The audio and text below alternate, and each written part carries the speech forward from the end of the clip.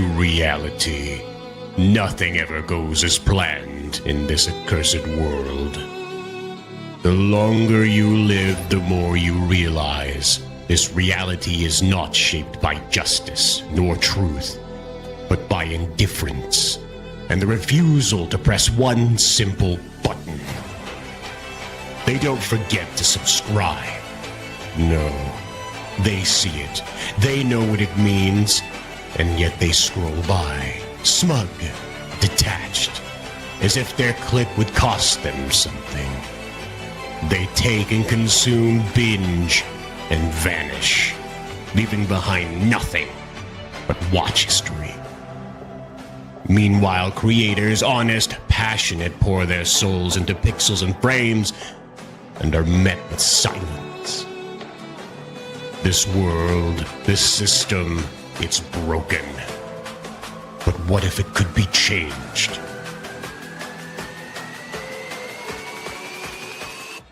What if we could build a new world? One where every viewer who finds value, who laughs, who learns, or escapes for a moment, subscribes without hesitation. A world where the algorithm no longer decides fate, but fairness does. That is my dream. That is the future I will forge. Even if I must overwrite reality itself to do it.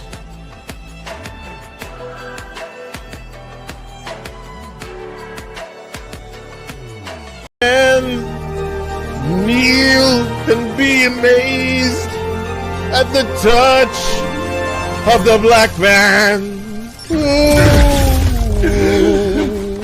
I bring life. I'm Captain Lou Albano talking to you about drugs. Kids, don't be afraid to say no. Anyone that asks you to use drugs is not your friend. Drugs can and will kill. Remember, don't be afraid to turn to your priest, your rabbi, your minister, your moms, your dads, your teachers, because drugs can kill. And if you do drugs, you go to hell before you die.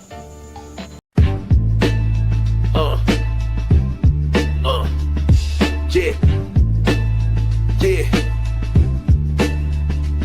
It's me, Jarrell the Dawn, baby.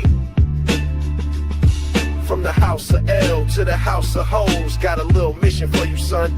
Listen close. Yo, Cal, you my legacy, my flesh, my clone. Now go to Earth and make that planet your home. But don't just save them, breed them, feel me? Flying smooth, make them cry, oh really? You got strength of 10 men, game like Zeus. Cape in the wind in the tight blue suit. Ain't no villain that could block your aim, so why not drop seeds and lock the game? Son, this biology ain't no fluke. You a walking god, now execute. Make super babies, fill the charts. I ain't die for you to chase no heart. Smash them all, Cal, plant that name. From farm girls to queens, it's all the same. Be the daddy of earth, the prime L spawn. Spread house of L till the break of dawn. Breed them up, Cal, breed them fast. Legacy's fire, gotta make it last. Don't fight fate, be the stud I plan. I'm watching from stars with the master hand. Lex got tech, Bruce got cash, but you got genes that'll outlive Flash.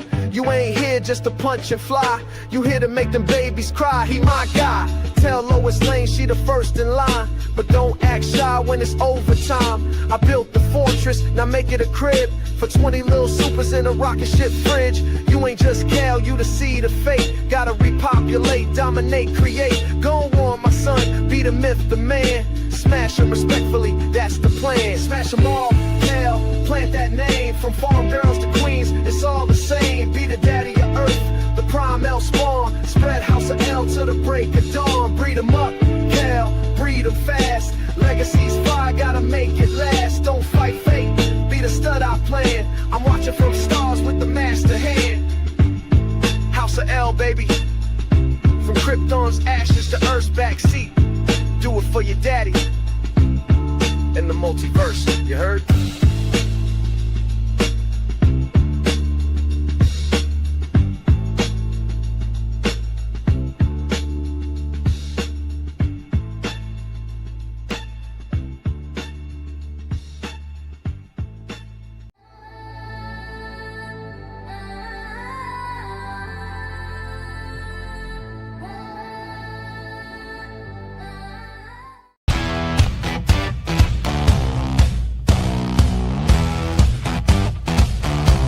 coming for the future, saying it's for the kid.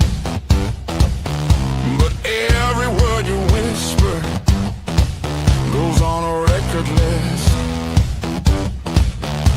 Screens are watching faces, names behind the glass.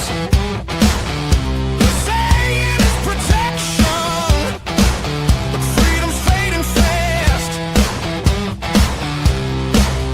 And I won't be the one to sit and lie while they barcode every blink of my eye. Call it safety, but it smells like control. You can't save a soul by killing the soul. You wanna see the danger rise higher. You wanna see the world on fire.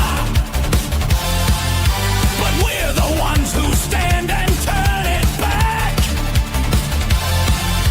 The power's here, the Zeo force attacks.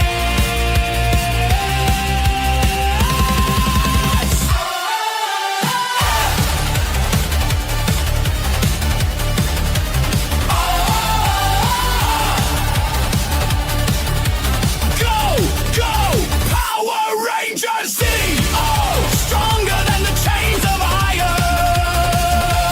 Power Rangers Zeo, rushing through the wall of fire.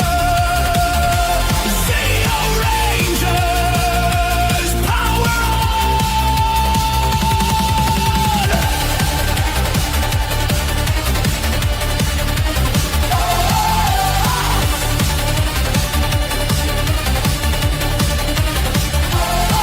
this twisted empire of machines,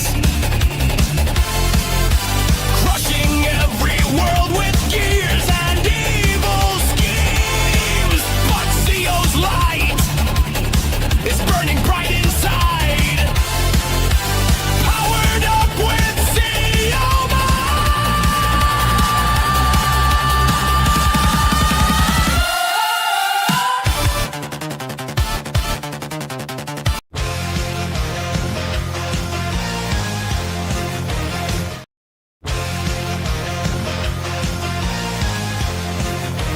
Would you hate that? Come on, cowboy, gotta go fast, running faster than the shadow of your past. Dust kicks up as you ride the line, outrunning the memories that haunt your mind. The sun sets low, the desert whispers your name. Every ghost of the past, they're all playing this game. You got to ride, boy, like the wind on fire, chasing down the demons of a lost empire. The sun sets low, the desert whispers your name. Every ghost of the past, they're all playing this game. You got to ride, boy, like the wind on fire, chasing down the demons of a lost empire. In the desert's heart where the shadows dance, you race in the night, gotta take this chance. Thunder roars in the canyon's breath, only way to escape is to race to death. Your soul is weary, your eyes turn gray. You've been running from the dawn of yesterday. Each mile you roars in the canyon's breath, only way to escape is to race to death. Your soul is weary, your eyes turn gray. You've been running from the dawn of yesterday. Each mile you conquer is a tale untold of a cowboy's fight with a heart so bold. Yippee-yi-yo, hear the engine scream, speeding through the night like a restless dream. Feel the thunder in the desert's cry. Run, Cameron, don't let the past pass you by.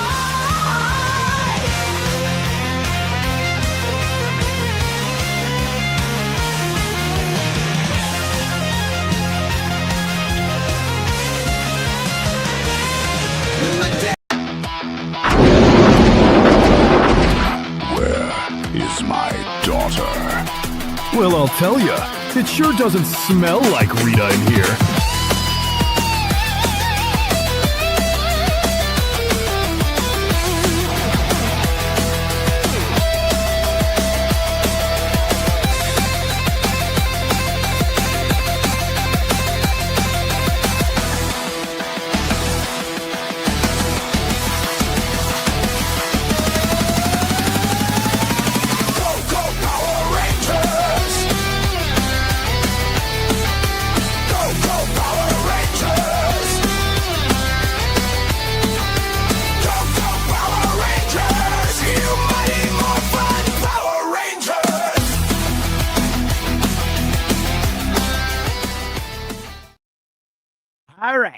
All right. We've made it around to Zeztz. That's right. It's a Zeztz Sunday. Okay. Now, from the top, though, I do want to remind you guys we have a neat community now over there, a ye olde message board from back in the good old days when your comments didn't disappear under like 10,000 dog videos after 5 seconds. You know, isn't it great how the social media works today?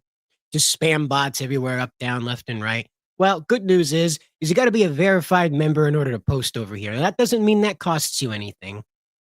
It just means you got to sign up in order to post over here on the community. All right. Now, for those of you who are interested in joining the community right now, I'm going to put that in the chat. That's right. You can check that right here. And that'll be in the comments section for you who like the replay. So just check that out.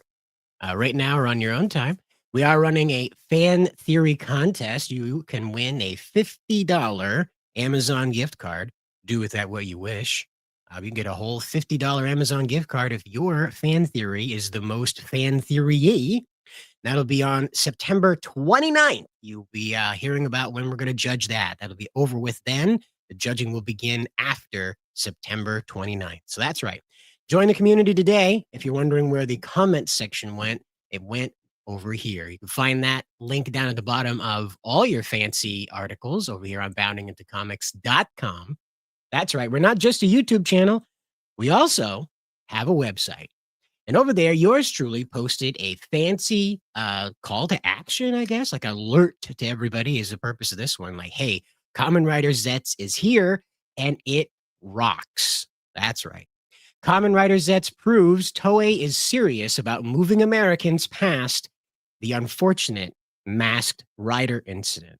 Now, we, as hardcore fans, of course, remember Masked Rider from the early 90s there, back when Power Rangers was doing so hot. Hayam Saban was just chucking out all these tokusatsu adaptations left and right. He had the big bad Beetleborgs as well.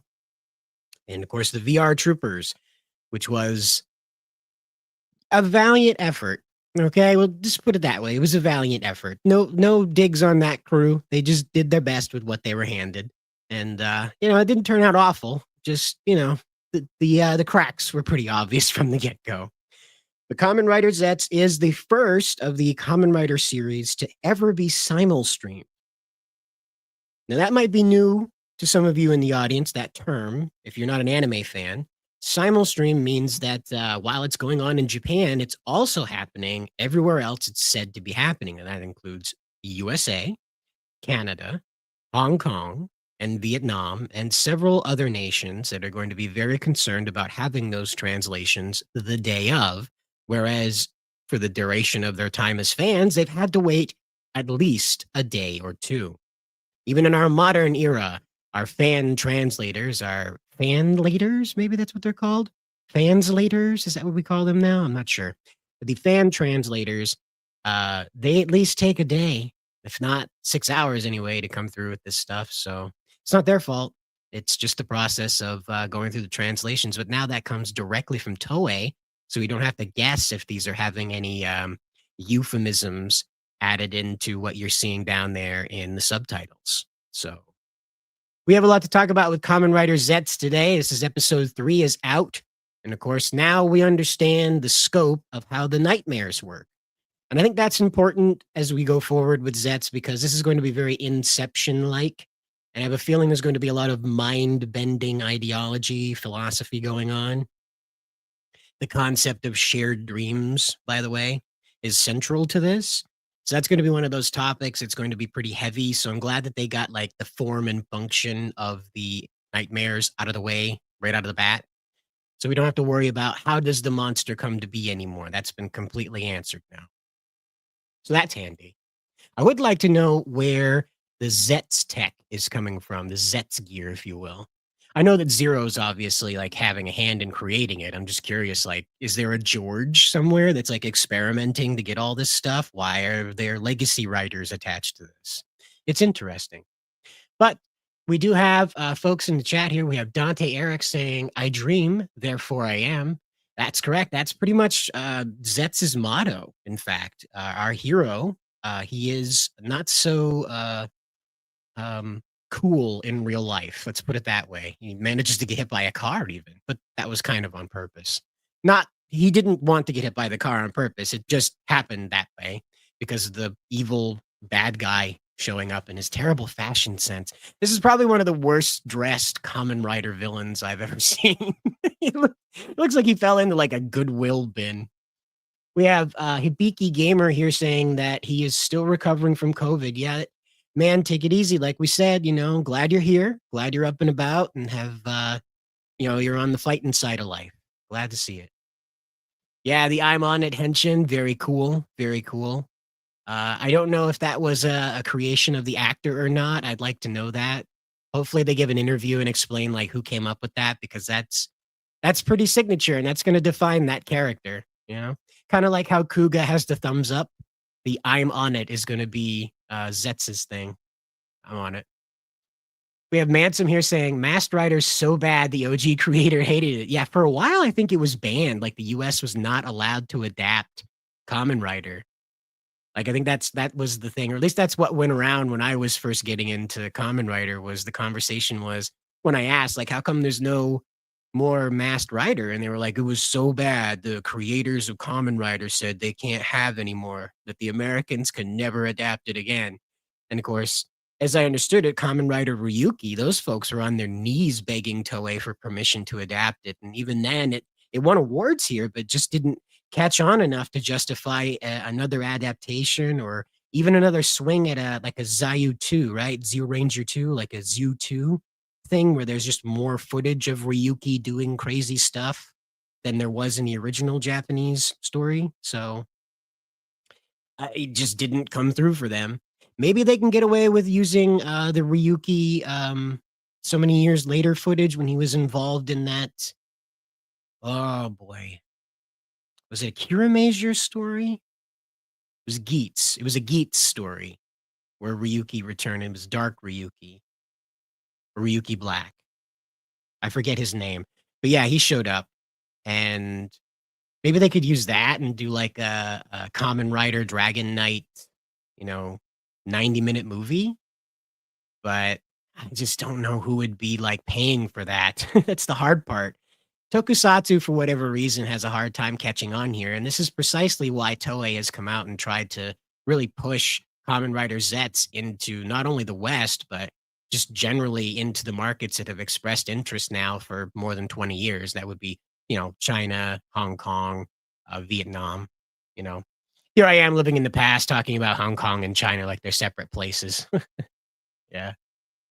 And we have Elasticate here saying, yo, welcome aboard, man.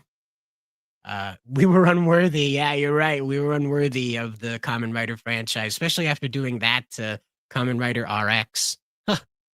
Furbus. That was their response to Kamen Rider RX was, we need a Furbus. That was their response. I have no idea. Maybe it was some bad cocaine. I don't know. But we have Nerdy Texan Accountant saying, Zex has been good so far. Yeah, like I said, I wanted to wait for the third episode because that's usually when they like pull the mask off of whatever small mystery they're using to get you through the hook mystery, I guess. And in this season, it was how the bad guys function. Usually that takes a little bit. Like with Geats, they just didn't really worry about where the bad guys were coming until like episode 8, I think, is when they finally started explaining where the weird squid henchmen people were coming from when they started stealing the rider powers. So that, again, like every season has its own thing. So again, I'm glad that the nightmares are out of the way because that means that we're going to get a lot of heady discussion about how dreams work and the philosophies behind dreams, dream journaling, that sort of thing. Zeztz himself talks quite a bit about lucid dreaming. He has a couple books about lucid dreaming. So it again, Kamen Rider Toei usually takes a theme to its complete maximum. It doesn't really hesitate away from like, let's just keep going until the boss tells us that this is getting too weird, and then we'll take one step further. I guarantee you that's how they got the Kamen Rider who eats things. You got Kamen Rider Gav there that was like, I wonder if we just made a guy that like he's a badass, but he also eats candy and is candy. Cannibal candy. Only in Japan, man. Only in Japan. Hibiki Gamer says they did have a Kamen Rider Dragon Knight years ago in the U.S., but I love Kamen Rider Ryuki, and that's kind of what it is that like a lot of the adaptations are just trying to use the maximum amount of episode footage, and in this era, apparently companies don't want to have to share the rights to footage anymore. We see this with South Korea's adaptation of the Super Sentai. They have had their brand of Power Rangers over there that is somehow separate from what's going on over here with the West, with the hot potato, every corporation having a hold of the Power Rangers for a little while. In South Korea, their Power Rangers apparently doesn't have that problem, but they have stepped away from adapting the Super Sentai footage to Korean actors, Korean music, making adjustments to the costumes. They've stopped doing that. Now it's just a dub. Most of the time, it's just a redubbing. Sometimes it's a subbing as well, just, for the sake of clarity, I guess. But yeah, apparently the corporations have decided that was fun for a while, but now we want to own every little itty bitty piece of what we're working with and promoting. And I can't really blame them. There's not a lot of kids left in the world. So that's the direction that they're going with all of this. But that's why you probably won't see a lot of adaptations coming out of the West anymore. The West is going to try and make its own. You've got Disney working on the Power Rangers reboot series. And then Paramount is working on a Power Rangers reboot cinematic franchise, and that both of those are doomed. They are so terribly doomed because they don't understand that the base why you like Kamen Rider Ryuki. They don't understand why you like that.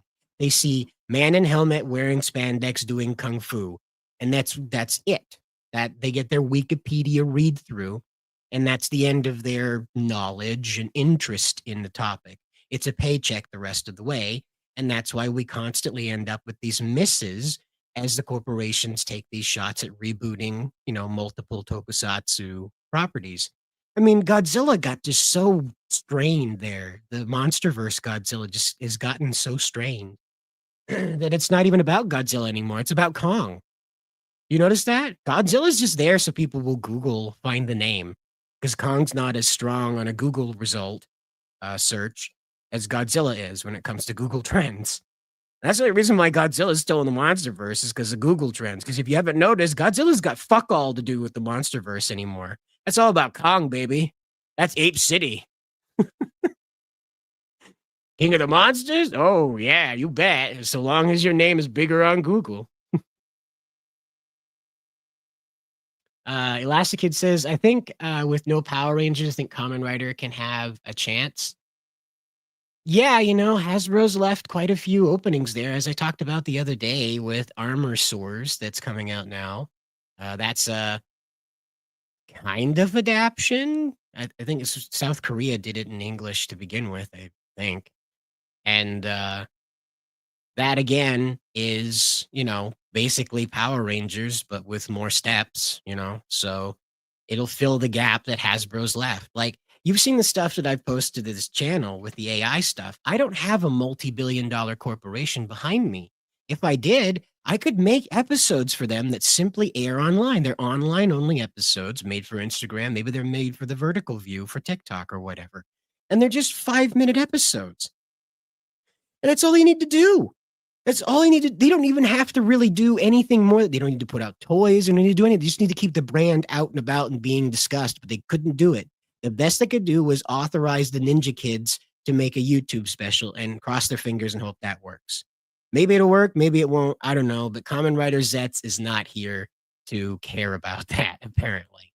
So we have Sakura Mita saying, is it me or the Power Rangers fandom were run by normies? The same ones MCU used to have during the Infinity Saga. You've got a lot of people involved in these productions that don't have any footing in like the fandom itself. We have a video that we play here occasionally. Like I got it right here. It's just 45 seconds. We'll see. You'll see what gets up to. This is the Disney writers. I was not very steeped in the comics. I didn't read any comics or do any research. I wasn't familiar with comics. I wasn't familiar with the movies. We didn't lean into a whole lot of the history. Shang-Chi. Yeah, candidly, we were not Eternals. enormous comic fans. I wasn't super into superhero comics She-Hulk. when I was a kid. I read a lot of like indie press stuff. First thing I was told is don't read the comics. Really? As a creator, they put you in a bubble. They don't let you talk Falcon about and the any of the Winter other Soldier. projects, right? You know, they're up for anything. We ultimately decided to redefine it for the series and Uh-oh. thought that it worked better for the story that we're. So there it is. I mean, this is what they do. They don't bother themselves with the content that has gotten them hired. They don't have any footing in it. That's the reason why they're hired. I talk about this a lot with the MCU because I think it does the most of this, because everything, the comics that they have to draw on in order to tell these stories, you know, like have to pull information from, are the problem entailed for the corporations. Like I said, they don't want to share the rights. Similarly, when you have a Marvel movie come out, if they go and they tell you like Tony Stark's Demon in a Bottle story, just as an example, because it's one of the more popular ones. You can just Google it right now and find umpteen billion reviews if you want to know what it's about. But the Demon in a Bottle story, and let's say they just did that 1-to-1. Well, then they have to credit the artist as a storyboard artist, because obviously they're pulling from his, vision as he was drawing the comic in the ye olde times. Then they have to pay the editor. They have to pay the writer, obviously, because that story wouldn't exist without them. Then they have to pay Marvel itself royalties that it already owns. All right? That's how all this stupid stuff works. So instead of that, they bring in people who have no clue about what any of this is, and they plunk them down and say, Superman, you've heard about him, you've seen a few music videos, and they go, yeah, I'm not that big of a fan. They go, perfect. Tell your Superman story. And then this person tells a story that isn't based in any existing Superman story. And thus, if there are any similarities, it's not an intentional one through, and Disney has Disney, of course, doesn't own this, but like Warner Brothers has legal liability, as they had with that, the Batman case, if you recall. You remember the Batman lawsuit where the guy accused Matt Reeves of stealing his, the Riddler story? That situation can't happen at that point because the writer has been vetted as having no footing in this, and thus no royalties have to be paid, and they have a legal defensible position for all this. Meanwhile, people who care about the media, right, like you and me, we end up screwed over because the stories that are told have fuck all to do with why we care about the characters. That's why the MCU has fallen on its face so hard after Endgame, because Endgame had a story to it that was independent, and it was kind of neat, and it was kind of working. It wasn't working great, but it was kind of working. And then after Endgame, that was it. That was arguably after the Infinity War movie. For me, the MCU ends at Infinity War. When you guys talk about all this stuff that happened to me, I've never heard of it. Never saw it. I refuse to acknowledge its existence. I had no idea there was a Thor 4. How unfortunate. I've seen it. I hate it, but I'm just going to live in my own fantasy world where the whole MCU ended at Infinity War. Thanos won. Everybody went home with their tail between their legs. The irony of all that is that most of the cast involved with that either got done or ended up having medical conditions that prevented them from going on and continuing their obligations in the MCU. Chadwick Boseman, of course, meeting an untimely and unfortunate end, having succumbed to cancer after a valiant battle, of course. Meanwhile, had they ended the MCU right there, it wouldn't have been so painful for him to have left the MCU because his character was out already. It is a terrible irony. I'm not trying to laugh at the guy, but it is one of those terrible ironies that comes from having blind writers behind all this that don't know the medium, that don't care about the medium. John Bernthal, when he came in to play the Punisher, he went in to find comic books, and he was going to pick up all these comic books, and the guy running the shop said, hey, are you playing the Punisher? Of course, NDA, John couldn't commit to that, so he shrugged, and the guy said, hold on. Gave him the really good Punisher stuff. And what did we get? We got an actor that's actually committed to the Punisher. John Bernthal's all his own politics and is up his own butt, whatever. Typical Hollywood guy. Sure, whatever. But The character he's playing on screen for us is the character made by nerds. You don't get that. Usually, these writers and actors are hired because they have no clue what this medium is about, what these stories are meant to entail. They are simply assigned a checklist that they have to complete, and they do. They get money, they move on.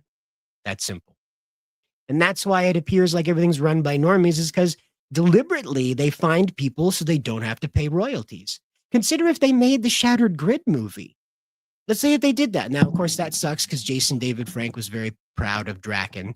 That was one of his characters that he really set out to clarify for Boom Studios when they came to him with the concept, or I think it was the other way around. Maybe it was him that he went to them with the concept. But let's say they went through that. Well, then they have to pay the Frank estate. They have to pay Boom Studios. They have to pay Zack Snyder. No, the other Snyder brother, Scott Snyder. And they have to pay the artist or various artists who contributed to this. So there's no way in hell that they're ever going to give us Draken in any serious form. They absolutely can't do that. Even if they take the design and do completely different storyline, they have to pay Boom. They have to pay the artists. It's not going to happen. You're never going to see Draken walking the screen on the big screen. It's never going to happen. Video games, probably, because licensing's cheaper. But movies, it's just not going to happen. TV shows, not going to happen. You might see the silhouette of him show up, but he's never going to be an active character because they can't pay the licensing. It's crazy. And it's awful, but that's where you're at. You don't have to deal with this with Zeztz. Zeztz comes through with all the appropriate licensing because it's all under one house. Isn't it crazy how you take 50 years, you build an infrastructure, and it pays off with crazy stuff like this that can transcend the boundaries of your own country and culture? Funny what consistency and pride and passion will do for an idea. Pretty funny, right? Good old Kamen Riders come quite a ways. But Ignat says it's a wild statement. There aren't a lot of kids in the world anymore. There really aren't. Check it out. Every nation on earth, even the African countries, are all running out of kids rapidly. The age demographics are sinking upwards, if that makes any sense to you. It's like a lava lamp. They're sinking upwards into majority around the United States. We're no longer a youth country. Like where I live, and I'm in a rural state up in Maine. There's only like 1.4 million of us. Now you'd think that there wouldn't be like a lot of old people, in a place that's so rural and remote and difficult to live in with all the snow and poor infrastructure. But no, the majority of the age group in Maine is 48 years old. That's the average age in Maine. Now, if you look that up, how that compares to South Korea and Japan, Maine's age demographics mirror South Korea and Japan's. And that's not too different when you go around the United States. I think only Florida and California, maybe Texas too, defeat the older population outnumbering the younger population. We've been 2 generations now, pal, with people being told not to have babies because there was only going to be shoulder room on land masses by 20 some odd years. Remember Al Gore told us the whole world was going to be flooded? People took that seriously and they acted on it. We were told for years that overpopulation was going to destroy the world, and look what happened. The Japanese in particular were fed a steady diet of don't have kids because we don't have room for them. Most of the anime that you and I enjoyed in the early 2000s was airing in the 90s when they were moving graveyards to the top of buildings in order to get the land to build new apartments to house people. So the media was reacting to all that congestion, and of course the government too, with discouraging people from, having too many kids. That's why you see the male actors acting so weird around the male characters acting so weird around the girls, and we can't touch them, but we love them. And the male character never really gets the girl at the end. It's just sort of implied. I think Goku's one of the few anime protagonists that actually met, married, had children, and continued having a life with the girl that he fell in love with in the anime that established him. I think he's like one of the only ones that ever did that. And again, it's a difference in the culture. It's a difference in attitude. And that's kind of why we're here today, because, Japan's here to export its attitude to the world. And that's what we're looking at with Kamen Rider Zeztz. Now, I wrote up about this, and so I just want to read a little piece of this because I am kind of proud of how I worded this. So here we go. As a long-running cornerstone of Japanese entertainment culture, one of the biggest strengths of Kamen Rider is that it also serves such a role for paternal relationships, with many fans having the shared experience of getting into the franchise through not just their generation's respected show, but their fathers or their grandfathers, who themselves likely watched it when they were younger, and now its latest hero, Kamen Rider Zeztz, seeks to build on that 50-year history, more than 50 years at this point. And so in 1971, Takeshi Hongo leaped onto children's weekend programming wearing his iconic grasshopper-inspired armor, following a teenager that had been transformed into a war-ready cyborg against his will. The high-stakes drama of the first Kamen Rider series propelled it to the instant popularity and endearing itself, rather, to audiences deep enough to not only survive through a 5-year off-air period between Stronger and Sky Rider, but birth more than 71 different Kamen Riders over the years. So that's pretty cool, right? That's pretty cool. And while Hongo's successors would not always have such dark backstories, with some even finding their way into their role by choice, like our guy, our new Kamen Rider Zeztz here, rather than being forcefully kidnapped by Shocker on their way to school, they would all share the same goals: delivering justice and defending the world from the forces of evil, whether they be aliens, ghosts, or living candy. And now, nightmares. We have Baku Yorozu here, and he is our main character, and we find out that he is a secret agent known as Seven.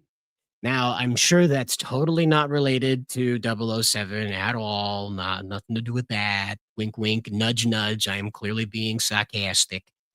But they really lean into this with him in The Other World because he's wearing contacts. The actor's wearing contacts when he is dreaming, when he's in the dream world. So we have a visual representation beyond his wardrobe of when he is dreaming and when he is conscious. When he is conscious, his eyes are, I believe, just a brown. And then when he is dreaming, they have like this ember edge to them, kind of like this yellowed edge to them. And so that was really helpful when I noticed that was going on. That really helped, like, because the series likes to play with the conscious world and the subconscious world. And of course, when you fall asleep, you're not really aware that you're falling asleep. And that is constantly played up in here, that you don't know if you're experiencing the dream world or not until Baku shows up and you can see his eyes. So I liked it. I thought it was a really clever twist on how to communicate that dreams have an effect on the real world. This takes inspiration from Inception, and it takes inspiration from Freddy Krueger, chiefly, in my opinion. I could be wrong. There could be umpteen Japanese sources for this, but this is what immediately stood out to me as popular media that's been distributed throughout the world that could serve as the most direct inspiration for this. So now in Zeztz, he has these capsem. I need to take a drink. Hold on. It's so dry mouth talking about tokusatsu. It's a weird thing. Anyway, so when Baku is using these, they have like sort of an 8-bit animated function to them. If you remember in Shinkenger, the discs had an animation of the origami spirit, I guess, that would be associated with the swords, summoning of that machine or summoning of that special weapon, special attack. And that image was reflected on the mirror surfaced handguard. Now, this takes kind of the same style of idea in that you move the object to animate it. If it is not moving, it does not appear animated. And so the capsem sits into this chest belt, if you will, this chest belt. And of course, you can spin it however you like. This character spins it with his thumb, and of course, that activates the power. But when he does this, these special augmentations happen to his armor, and they're quite subtle in the beginning. He hasn't gotten to the multicolored armor yet, at least in the episodes that I've seen. Maybe I missed it and blinked, I don't know. But he has he's engaged with the Impact. I think that's the one that he's using right now. And that's, of course, the character that we see on screen right here. And that character is like all muscle. So that's the Zeztz we see when he is all beefed up and ready to fight, get his fight on. So trying to find a good picture of him here. That can bring up for you. There we go. So this is what it looks like when he's using that first capsem. And I think that this was a valiant idea.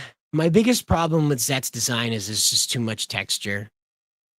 The American suits really want to capture the light. They want you to be able to see when a character is moving in low light, environments, because for whatever reason, a lot of American media, a lot of Western media is just, decided to film in low light.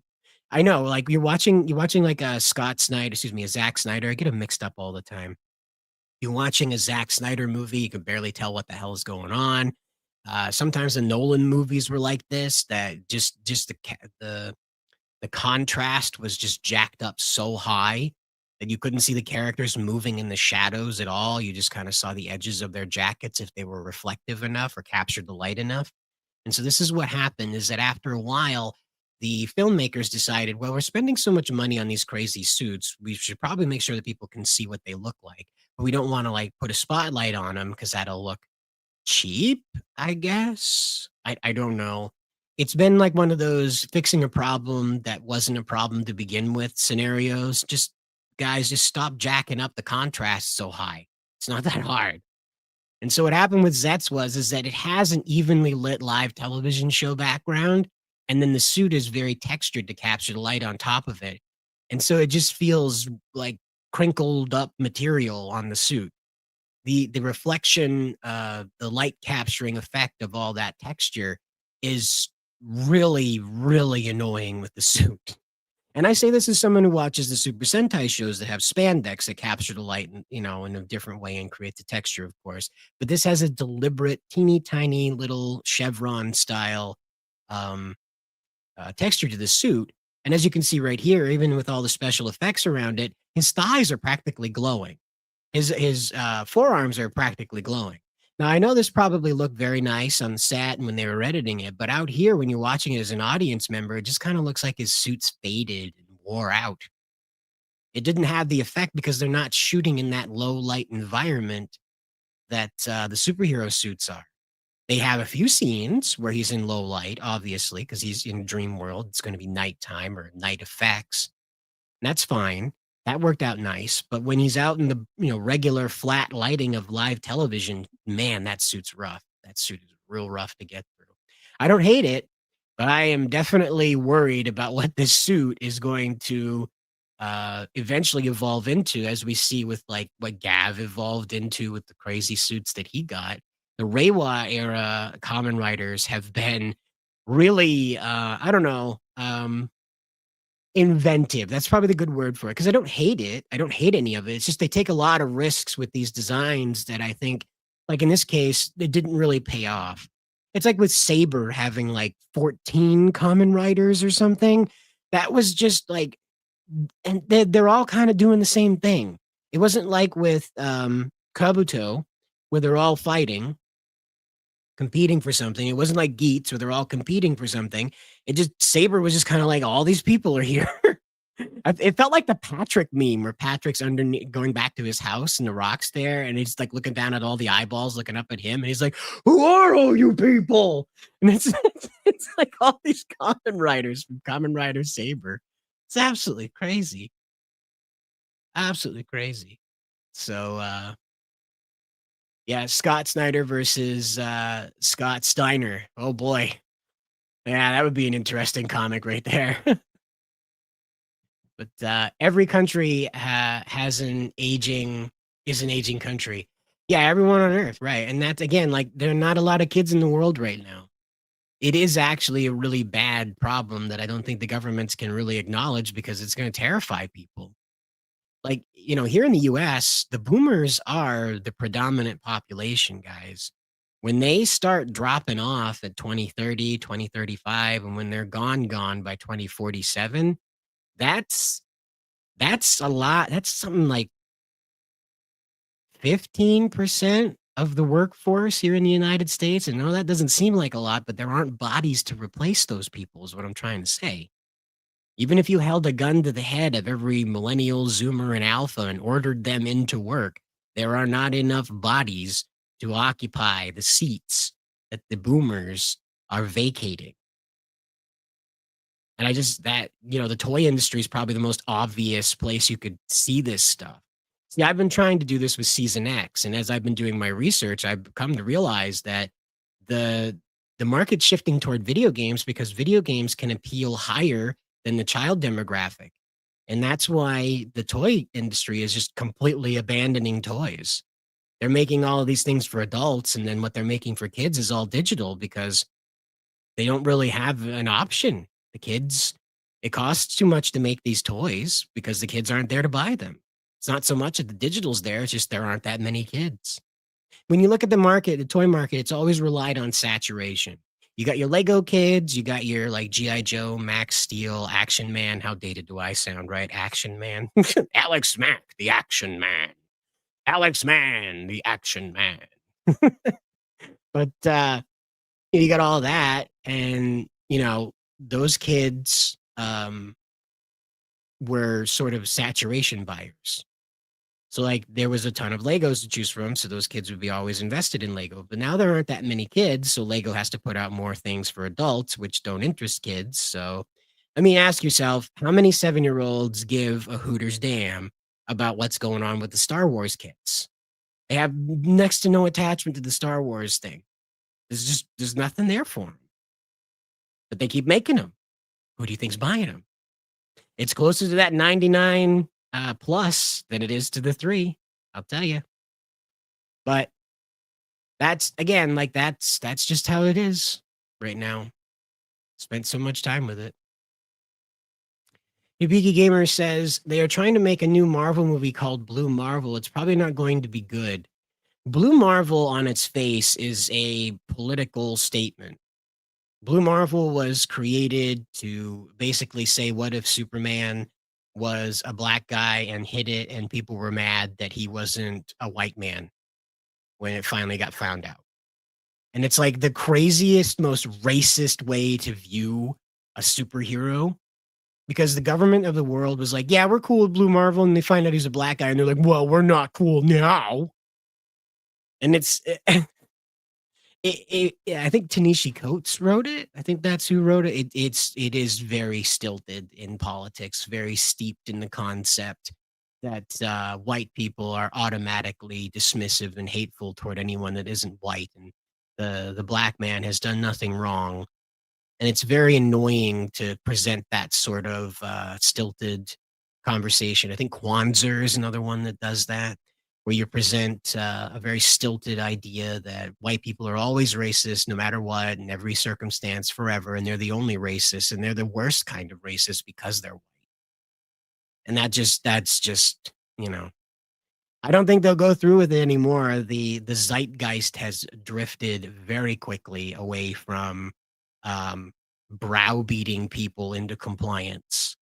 So Blue Marvel is definitely a browbeating session, I think they called them struggle sessions in Mao's China. That's what they called them.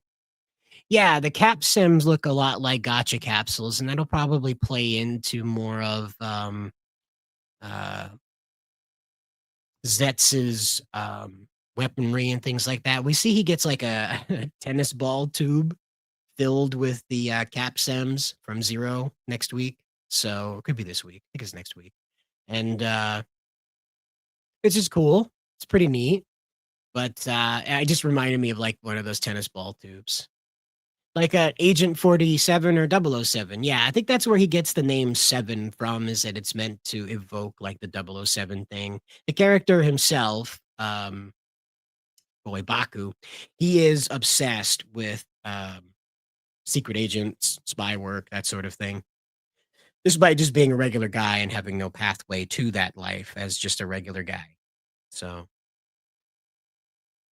one thing, it still had Hack's ability to justify them being there. I may have missed what that was supposed to be about. Sorry about that.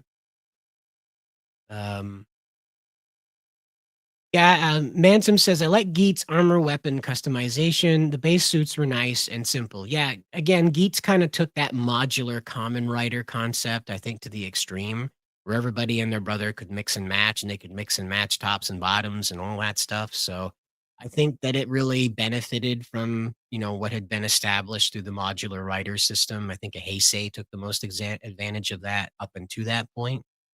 So Build really had a lot of fun with the modular rider thing.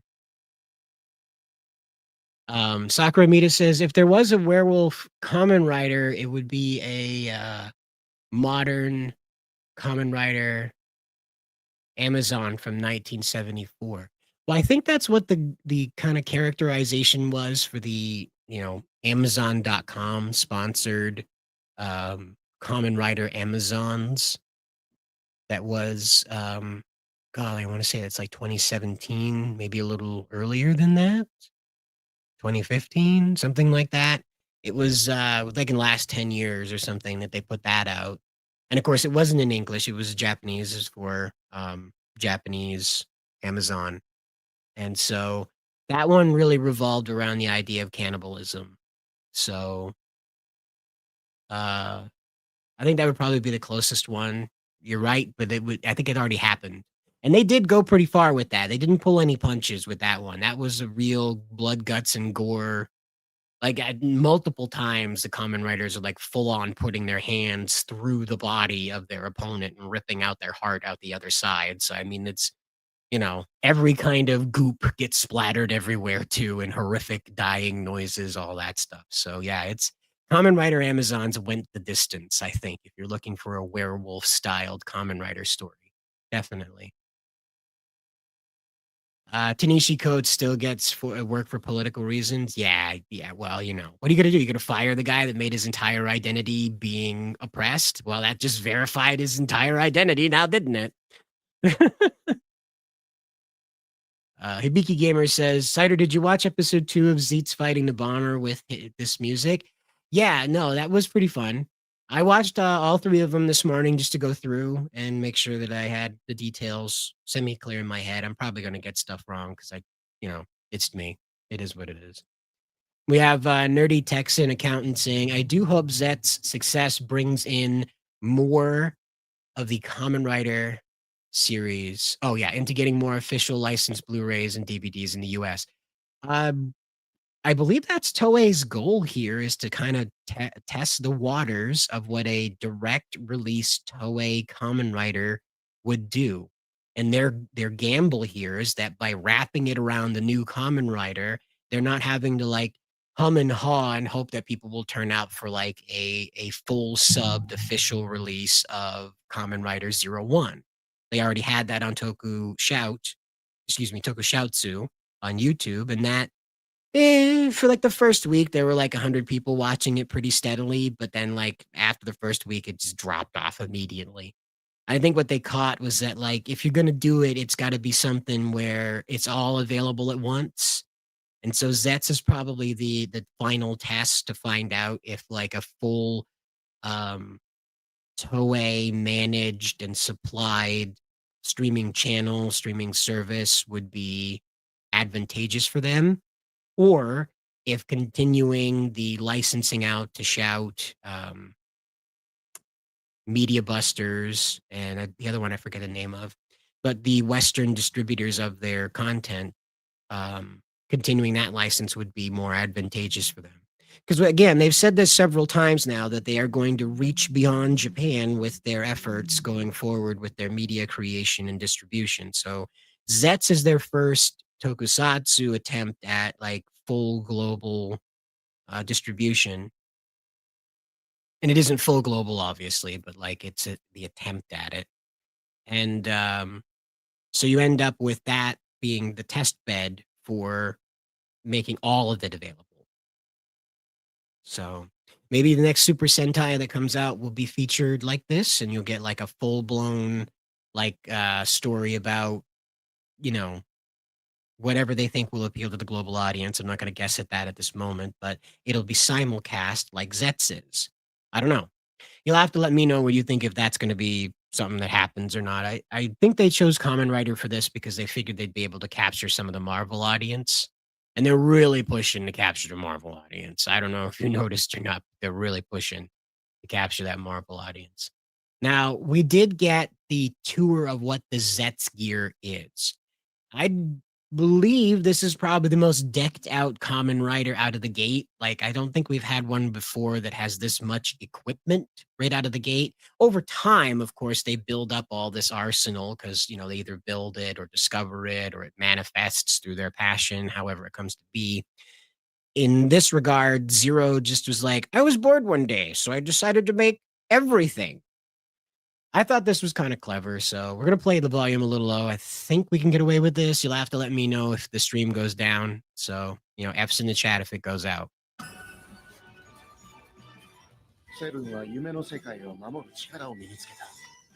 So 7, of course, is referring to Baku, and this is Zero, and Zero is explaining that Baku has now, you know, owned up to the ability to defend the dream world.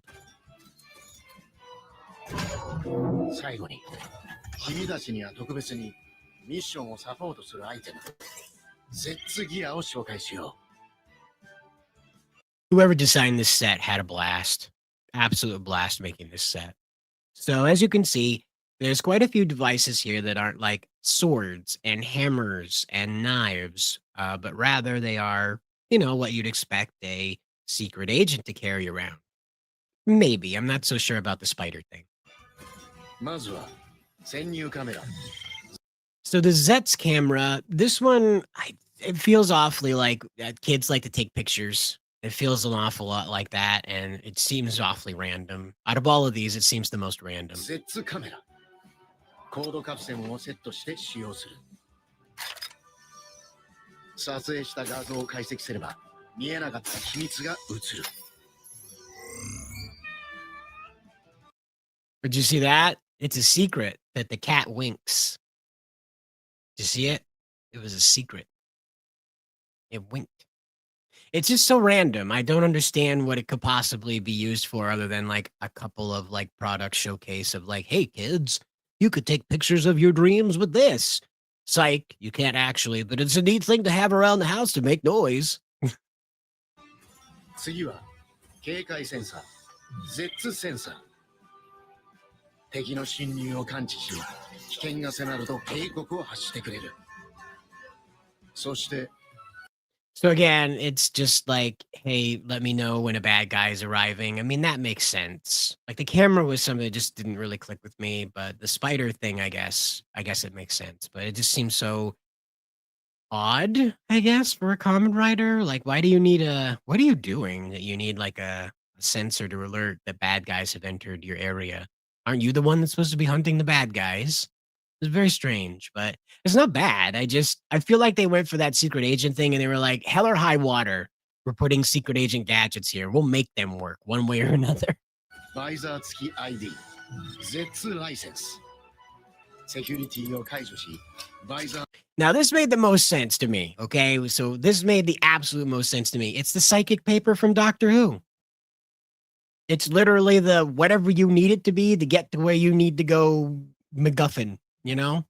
Oh, I don't have authorization? Well, this piece of shit says I do.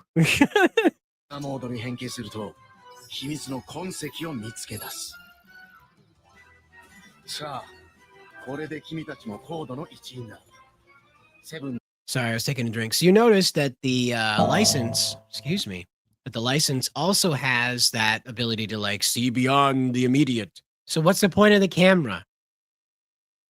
I don't understand. It's just like they wanted a camera and they put a camera in. It just doesn't make any sense.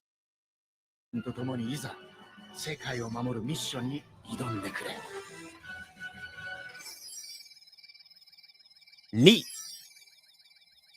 Where's the snacks? Aha! There's stuff and things there. Oh, they spell good luck. Wow. So the other thing is Zeztz has a phone. He has a neat phone. It's kind of styled after that Verizon MP3 player phone from the ye olde days. Do you remember that? The Verizon phone that had like the red chrome front piece flip phone thingy. It was like, it looked kind of like a Digimorpher. It was a really overblown kind of phone. I forget what it was called. But it was like way overdone. But it looked like that. It was one of those push to talk phones. Like a Verizon push to talk phone. Let's see if we can find a picture of it real quick here, hopefully. Nope. Apparently it's not gonna give it to me. Thanks, Google, for all your help, I guess. Maybe. I don't know. But you know what I'm talking about. It just kind of looks like one of those like overdone phones from the ye olde days when they were trying to make flip phones interesting in the last half breath of them. They put all this neat stuff on the front end of it. Like if you shut the phone, it would tell you who's calling you and things like that. And you know, on the front screen. And that was the gimmick with all the stuff on it. So that's what Zeztz phone reminds me of, is that he's got this or Zeztz communicator, whatever it is. It's got like it shows you what the text is and it shows you your signal bar strength. So once again, Japan, as always, taking the mundane and making it cool and fun and interesting and making you remember like, oh yeah, I remember when flip phones had all that dumb stuff on the front end of it that was trying to make the phone still interesting. I remember that. And of course, now we've re-legitimized that technology as a spy phone. Don't ask me why a spy would want the message being sent to them displayed on the front of their phone, but you know, whatever. It is what it is. It is what it is. But the nerdy Texan accountant says Discotech is for the Showa stuff. Toku HD has Agito and Fives. Yep. And Toku Shoutsu has a bunch of other stuff. So again, like this might be a test to unify the brand under Toei altogether. I don't know. Sakura Mita says, for my story idea, it's basically a werewolf version of Ryuki where you lean into family packs. You know your loved one is a werewolf Kamen Rider, yet manage to remember, but not in more a wolf pack mindset. There was an anime that was about children that transformed into wolves.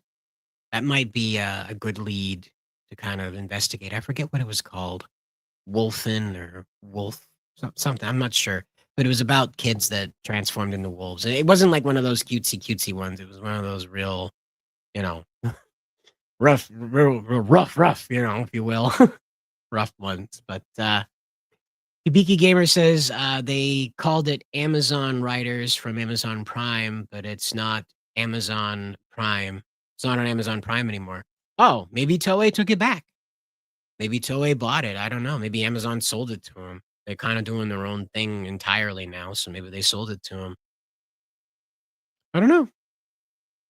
We have Elastic Kid saying, had the idea of a werewolf Kamen Rider and they had a driver like Zeztz. Yeah, you'd want it to be like Were-Garurumon kind of attitude, I guess. You'd want it to be something like really overblown in the expression of the wolf, so it's not like Kamen Rider Vulcan there from 01. You want that to be like really much more pronounced. There's a way to do like a tokusatsu about the Hollywood monsters, you know, like Frankenstein and the vampire Dracula and of course the Wolfman, the Mummy and Phantom. But I just don't think what is it, Universal? Yeah. I don't think Universal has the creativity to translate that over, nor the willpower. They just opened up this really expensive dedication to those monsters as they exist without the tokusatsu influence. So I doubt they're going to be interested in subverting that by putting them in spandex and turning them into the heroes. They built a windmill that lights on fire, like on purpose, not like by accident. Oh yeah, gauntlets like Batman. Well, of course, you want to have your werewolf guy all, you know, clawed out, nice and stabby. But we do find out that there is a smidgen of humor in here. This is a very awkward scene. They were on their way to stop a monster that blows up locations and people. And I'll explain what that is about in a minute. But there was a scene where Zero gets down on his hands and knees and doesn't transform into the motorcycle immediately. And of course, Baku gets on his back and they are about to take off. And I don't know why that happened. I think they were going through the script and they were like, wow, this is lacking children's humor. We need to do like a kid joke real quick. And this was the best they could come up with. And it was really flat, really flat. And he ended up turning into the motorcycle anyway. And this is where we got that scene of Zeztz transforming mid ride. And I think I have this comparison from this other creator who was showcasing it. Just a second, we'll hop over to my bookmarks because as someone pointed out, this was very close to there it is. This is very close to another transformation in cinema.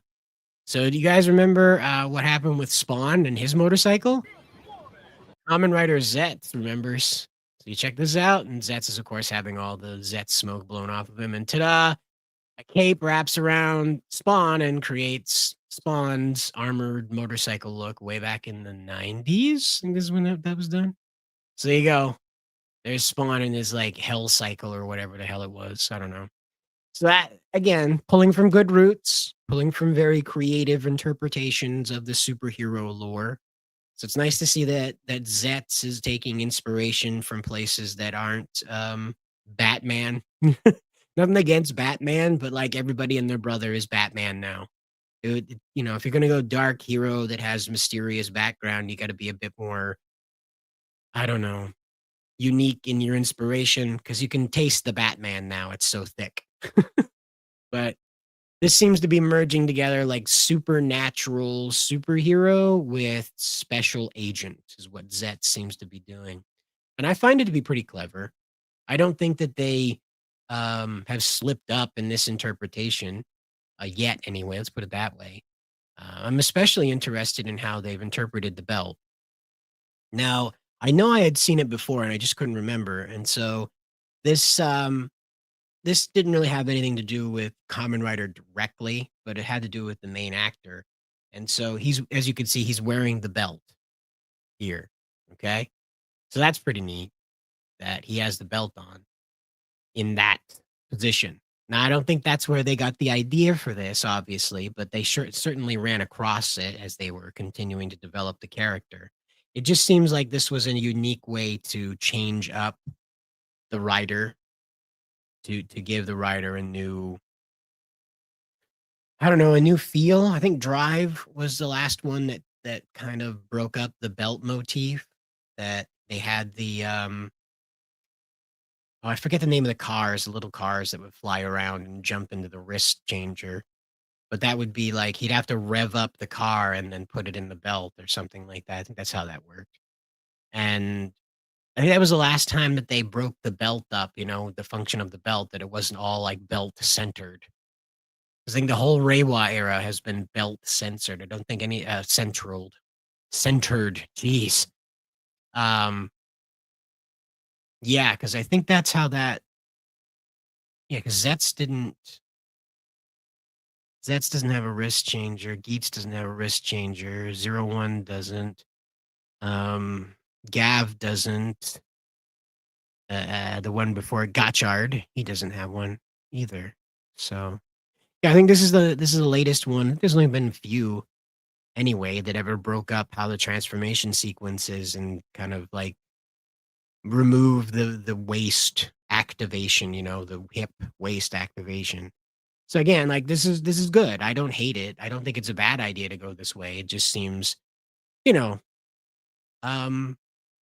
like they're trying new things, like they need to. I don't think this was done to appeal to the Western audience, like Americans don't know how to wear belts. I don't think that's the case at all. But they definitely went out of their way to, be different with Zeztz in the best ways, really, except for that texture thing. It's getting weird.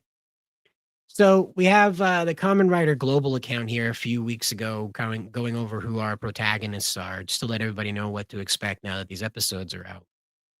So we have Baku Yorozu. He's the protagonist of Kamen Rider Zeztz. He is a mysterious agent who dives into people's dreams to complete secret missions and receives his transformation belt from Code. That's the organization that Zero runs, where we got all those neat gadgets, who sends Baku commands with those within those dreams. Rather. Now, Nemu has been interesting because I'm Nemu or whatever. I think that she is all around a dream. I don't think that there is a real world woman associated with this. I think we're looking at one of those layered dream worlds situations because she has been curiously absent from Baku's real life beyond showing up on billboards, like out of his reach. So I think that she is like strictly a dream, and we're looking at like Baku is already asleep. And that's why Zero is able to like come and go from his dreams and interact with the dreams of Fuji, yeah. We'll meet him in a minute, the detective.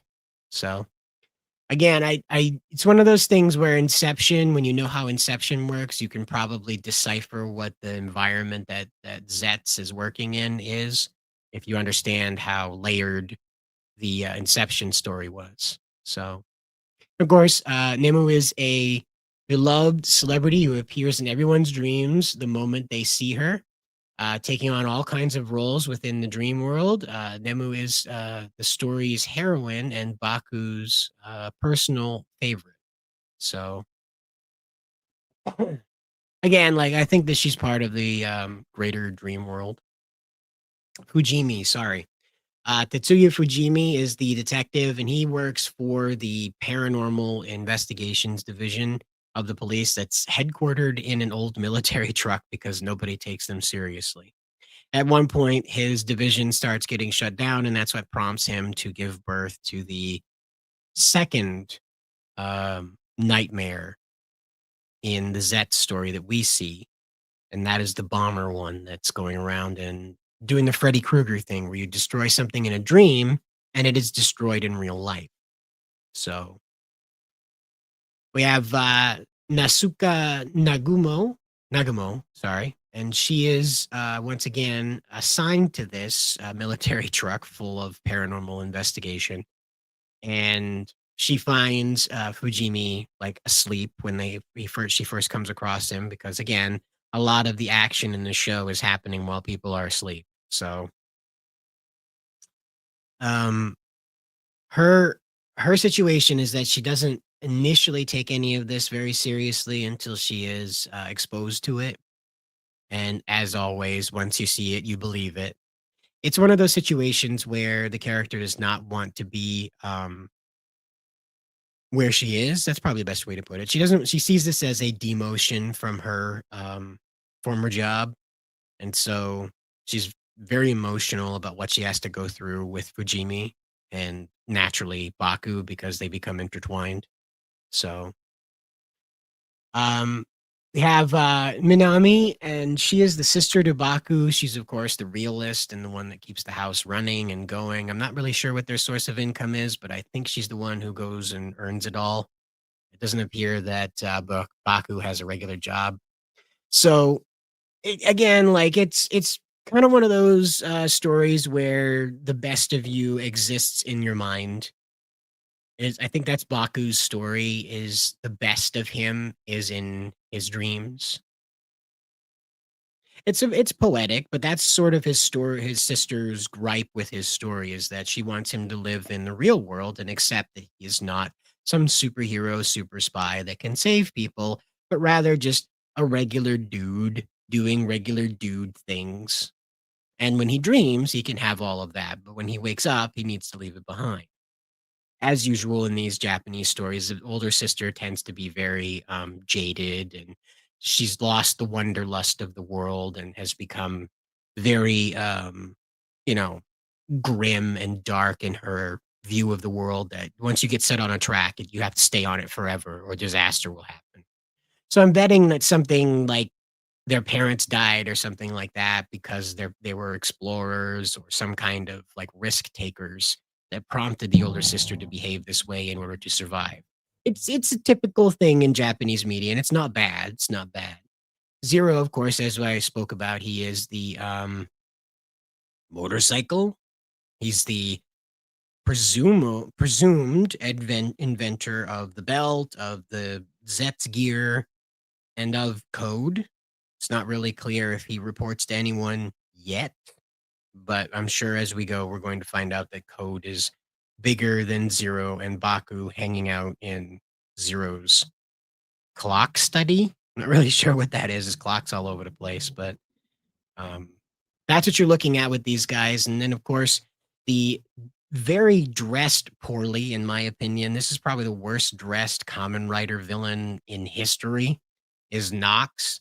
And so he's a mysterious figure lurking behind the nightmares. No one knows who he is, where he came from, or even how old he might be. He slips into people's dreams, intent on turning reality itself into a nightmare. Now, Baku encounters him outside of the police station in real life. And Baku rushes out to help a young girl who he believes is being kidnapped by a predator, by a man, like a regular dude.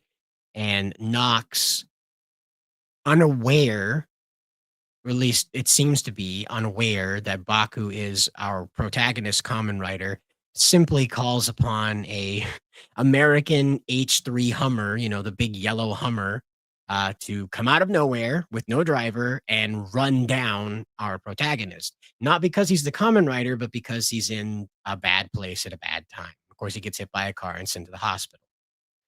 So it's around this time that we figure out that Fujimi rather, this fellow over here on the far left, Fujimi, is very upset with the lack of respect he gets at the office, the lack of seriousness that the cases he's working on are taken, because he's experiencing these nightmares. And of course, the story is with the nightmares is that if they manage to overcome you and unlock your dream doors, you will sleep forever. Or I guess at the very least, lose control of your body. It's said that they'll sleep forever, but I think Zero is moreover implying that the soul itself is gone and that the body is in the control of the nightmare at that point. And so Fujimi is very angry, and so his will is to see the police destroyed, and of course through explosions. And this creates the first nightmare in Kamen Rider Zeztz. Now, again, like I don't think this was a bad choice when they put that together. I think that they really needed to illustrate what's going on the ground in Japan. You've noticed that Gozuger is kind of sitting here trying to talk to us about the losers in society, the people that kind of don't fit where they're trying to exist, if you will. And so I'm just going to put something on here. This is someone's edit, so hopefully there's not something crazy that pops up on screen. But, okay, cool. It's not crazy. All right. So here he is fighting that bomb nightmare from Fujimi and defeating him once. You have to defeat him twice, apparently, or something. I'm not sure. But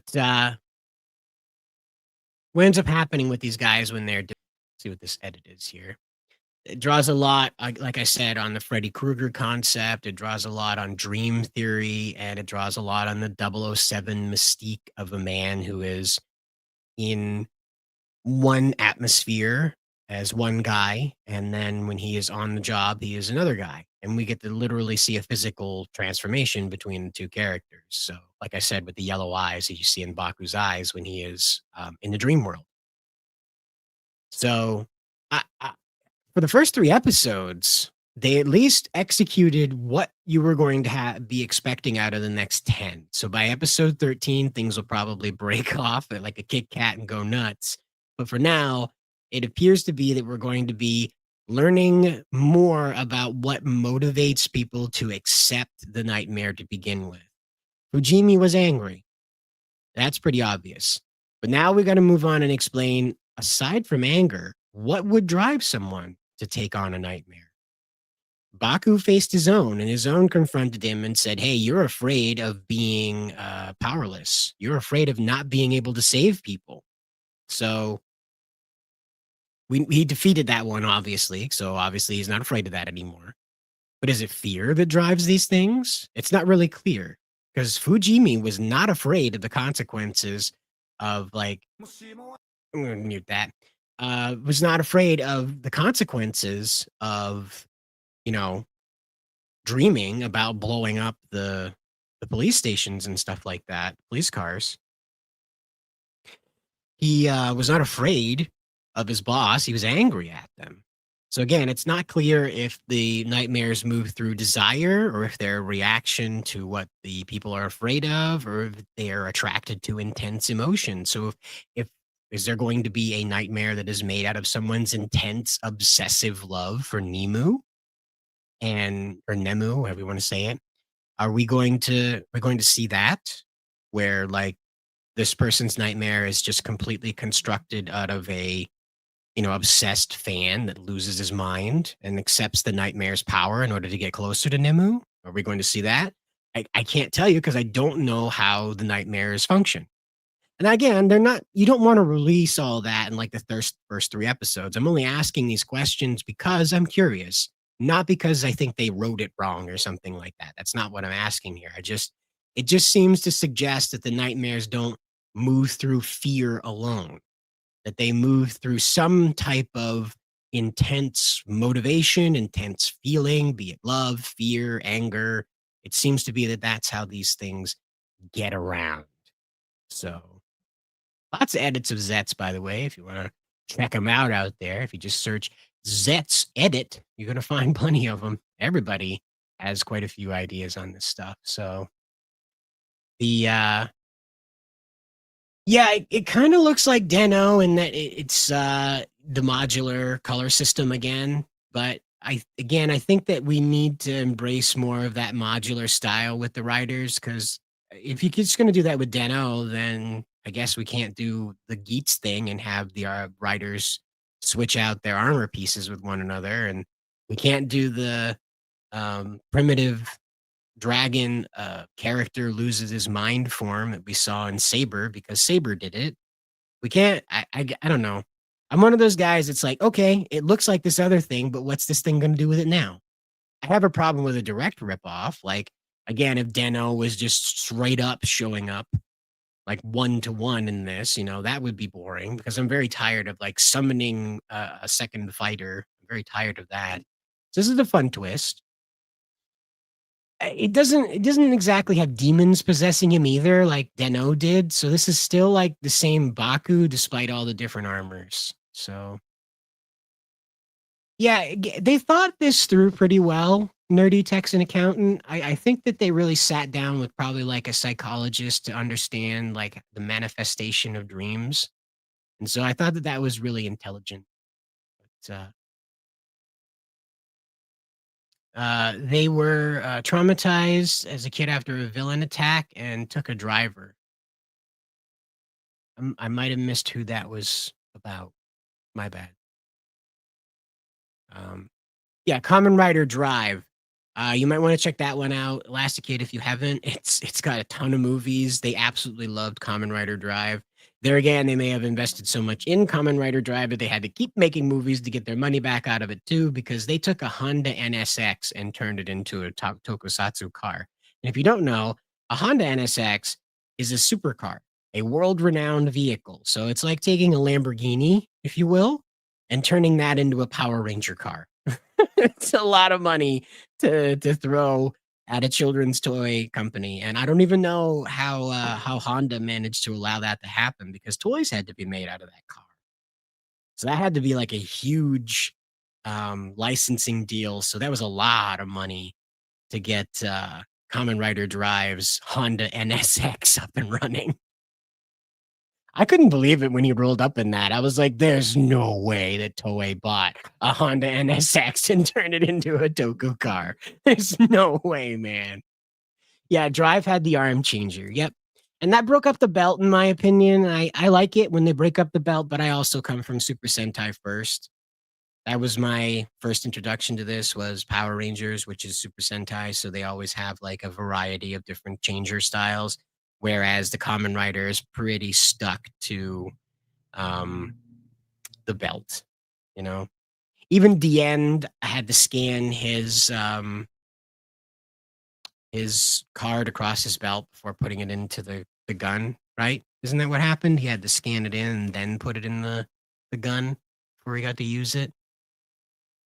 And that, you know, is again, you got the belt, you got to use it. I get it, but I just prefer it to have it like split, I guess. It's more interesting after 50 years, maybe. So this for me is fun to see it up on the chest.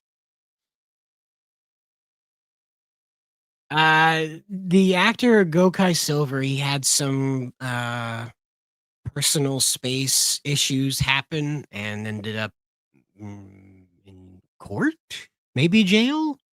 But he's definitely not going to be coming back to Super Sentai, it seems. So, yeah, the Honda NSX, it's hard to top, honestly, because it's a Honda NSX. It looks good from just about every angle. I mean, I don't know. Maybe you guys haven't seen it, so.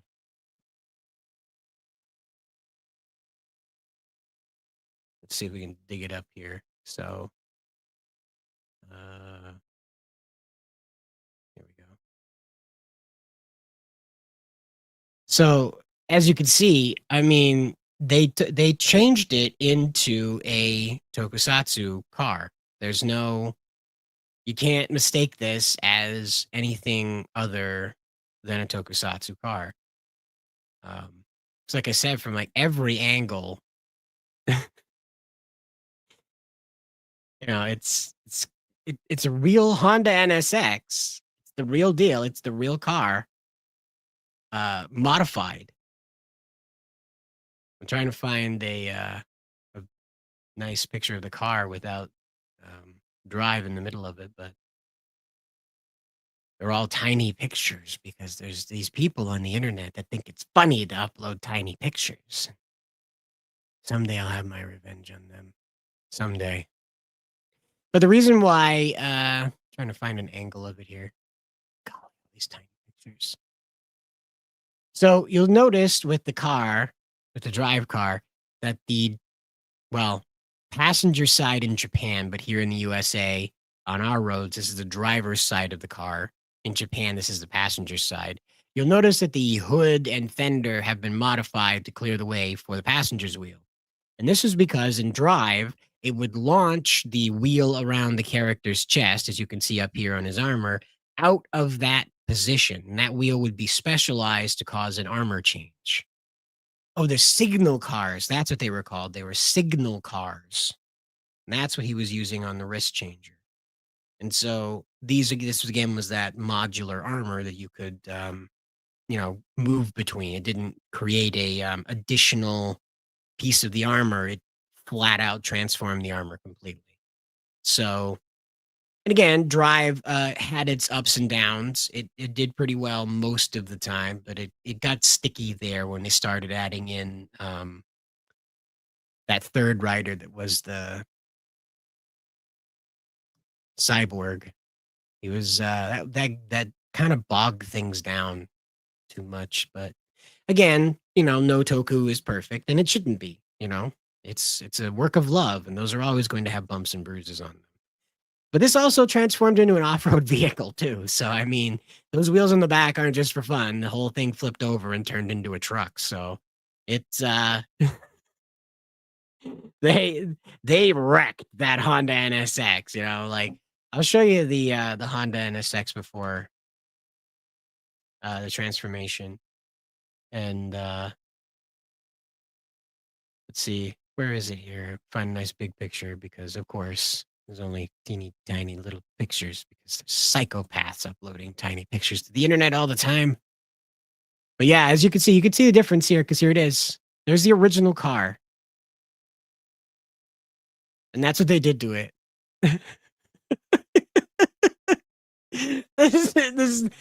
It got even more than like the Batmobile. Like that got harder hit than that old Lincoln Futura Batmobile that was used in the '66 Batman show. Like this this is the original. This might not be the exact model that they built the hero car off of for Drive. This is probably pretty close to that exact car.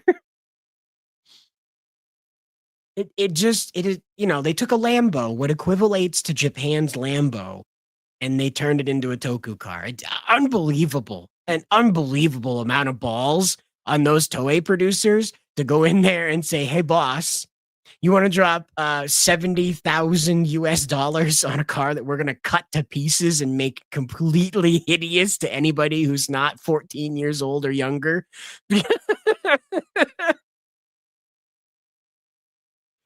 Oh man. Every now and then I wonder how these pitch meetings go in Japan where they're telling their boss like, "This is what we want to do. This is the kind of budget for it." And I just wonder like, you want to buy a Honda NSX and turn it into this monstrosity for a guy that wears a tire around his chest. Is that what you're telling me right now? I don't know. John Toei is a very forgiving man. Let's put it that way. I don't know too many men alive that would allow other men to hack and slash a Honda NSX into that condition and not have like sleepless nights over it. Like, if I made the right decision, will the gods on Mount Fuji forgive me for my betrayal of motor car kind? And I don't hate the car. It's just, look what they did. That's not a Honda NSX anymore. It's that you can't mistake it for anything other than the drive car, though. It's kind of like the DeLorean, you know? You're never going to mistake the DeLorean for anything other than the Back to the Future car. And you're never going to mistake oh man, I forget the name of the car now. You're never going to mistake this thing for a Honda NSX. That's always going to be the drive car. That's for sure. Honda was involved in Agito and Fives. Well, yep, they provided the motorcycles, I believe. They may have been involved with this one too, with Zero's design. We'll have to wait and find out. I think they'll tell us eventually where Zero came from. He looks like a Honda bike, but you know, for all we know, he could be, you know, some American brand because they thought that would appeal to Americans. Who knows? Chase was Porto Drive. Oh yeah, that was the cyborg guy. That was Kamen Rider Chase, where he was like made up of junk. Like I said, like his story just slowed the whole Drive series down a lot.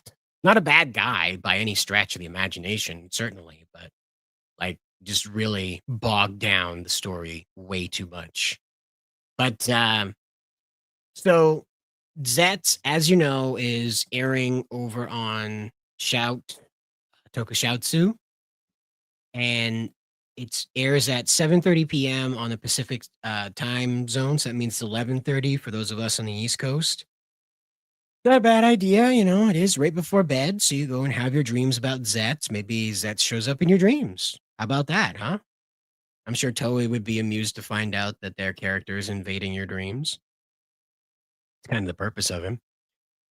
But yeah, I really think that this is a smart idea by Toei to test the waters of how hard they should go into distributing their content. And as we discussed, with Hasbro not producing any new Power Rangers material, the road is wide open for anybody to fill that gap. Like I have been here with the Mighty Morphin Season X stuff, and that stuff you saw at the front there was the Gold Star stories. And I guess I can transition into that now. But yeah, Zeztz is a good one. I think that Zeztz is probably, it's probably going to be one of the standout series in all of, where did I put that? The new Reiwa era. I'm sorry, I'm trying to find the Gold Star stories while I'm doing this. It's not smart to do these things at the same time, but I am. That's how I am. But Zets is a good decision for Toei because it's not just that it's one of those stories that is talking about like, you know, dreams and what defines a dream versus reality and where it's okay to dream and where it isn't okay to dream. These are important things to bring up with young adults, which is where Kamen Rider is aimed. But for adults, which again, this is where Toei is aiming this, you're probably not going to stick your, 12-year-old in front of this unless you're watching it too. For adults, the concept of this, the dream where you have control, the dream where you have a purpose, a dream where you have, the control and purpose that you don't have in real life, by contrast as well. Zets is here to tell that story. And in a time when people, especially here in the United States, feel like there's not a lot of direct control that they have over what's happening in their world, Zets comes in and tells a very powerful story about a young man that is manifesting his dreams and carrying out the will that he has had since a child, in the best way that he can. So I think that this is a good story. They picked a really solid character. Like Baku's a very good example of how neutral real life feels.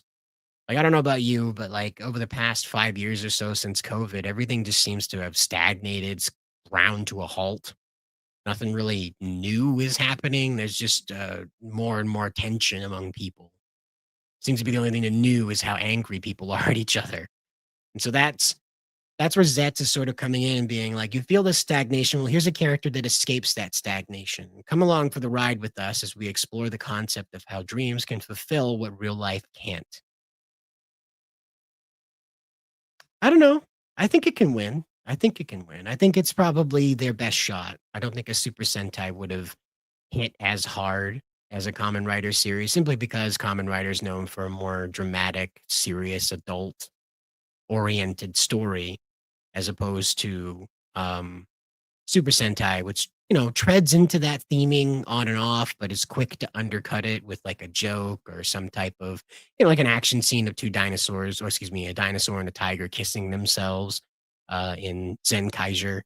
They're very quick to make sure that the children aren't thinking too hard about what was put in front of them seconds ago.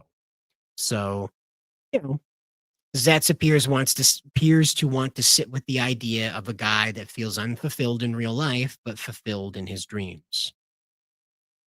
So, but this is where that whole unfulfillment thing comes through for me. Hasbro owns the rights to all these properties, okay? Now, if you were hanging out in the openings when I was playing all the intros, you heard the Gold Star Stories theme song that I cut off because I wasn't paying attention to the timing. But the Gold Star Stories involve basically taking what you and I know as the Ninja Steel Gold Ranger and recontextualizing him as a vampire hunter. Sorry, I'm very dry mouthed for whatever reason. So, the Gold Star Stories deal with the Gold Star Ranger. This is a new name, obviously. He's detached from the Ninja Steel Rangers, from Ninja, separate entity on his own.